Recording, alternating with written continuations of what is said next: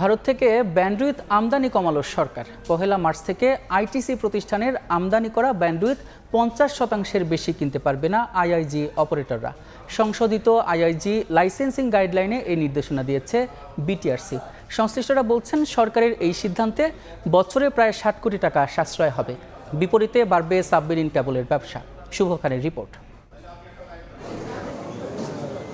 তথ্য বিনোদন থেকে শুরু করে পড়াশোনা কিংবা কেনাকাটা, দেশে প্রতিদিন নানা কাজে 6800 জিবিপিএস ব্যান্ডউইথ ব্যবহৃত হয়, যা বাংলাদেশ সাবমেরিন কেবল কোম্পানি এবং 6টি আইটিসি প্রতিষ্ঠান থেকে কেনে আইআইজি অপারেটররা। এরপর আইএসপি হয়ে গ্রাহকের কাছে পৌঁছায় ইন্টারনেট সেবা।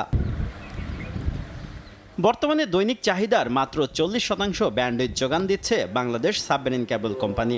বাকি 60% ব্যান্ডউইথ আইটিসি অপারেটরের মাধ্যমে ভারত থেকে আমদানি হয়। আইআইজি অপারেটররা বলছে, সাম্প্রতিক বছরগুলোতে ভারত তাদের ভূখণ্ডে সিডিএন সার্ভার স্থাপন করায় এখন আইটিসি কেবলের মাধ্যমে দ্রুত ট্রাফিক সরবরাহ করছে। আবার সাবমেরিন কেবলের প্রতি এমবিপিএস ব্যান্ডউইথ কিনতে খরচ যেখানে 220 টাকা, সেখানে ভারতীয় ব্যান্ডউইথে খরচ প্রায় 100 টাকা। এ কারণে সাবমেরিন কেবলের প্রায় 4400 জিবিপিএস ব্যান্ডউইথ পড়ে আছে। অথচ ভারত থেকে ব্যান্ডউইথ আমদানিতে বছরে প্রায় $4 কোটি বা বর্তমান রেটে 488 কোটি টাকা খরচ করছে বাংলাদেশ। এ অবস্থায় সংশোধিত আইআইজি লাইসেন্সিং গাইডলাইনে ব্যান্ডউইথ আমদানির সীমা 50% বেঁধে দিয়েছে বিটিআরসি। এতে বছরে প্রায় 60 কোটি টাকা সাশ্রয় হবে।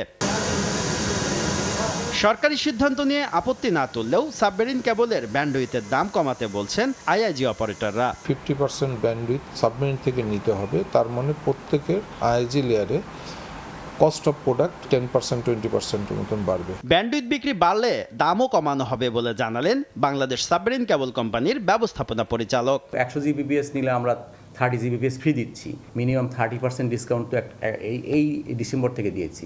এখন যদি আমাদের ব্যান্ডউইথের ইউসেজ বাড়ে, তাহলে আমরা ফার্দার রিডাকশনের কথা চিন্তা করছি। বিটিআরসির সিদ্ধান্তের বিষয়ে দুটি শীর্ষ আইটিসি অপারেটরের সাথে যোগাযোগ করা হলেও তারা কোনো মন্তব্য করেনি। শুভ খান, সময় সংবাদ, ঢাকা। 4 দশক ধরে আপনার ফাইন্যান্সিয়াল পার্টনার আইডিএলসি।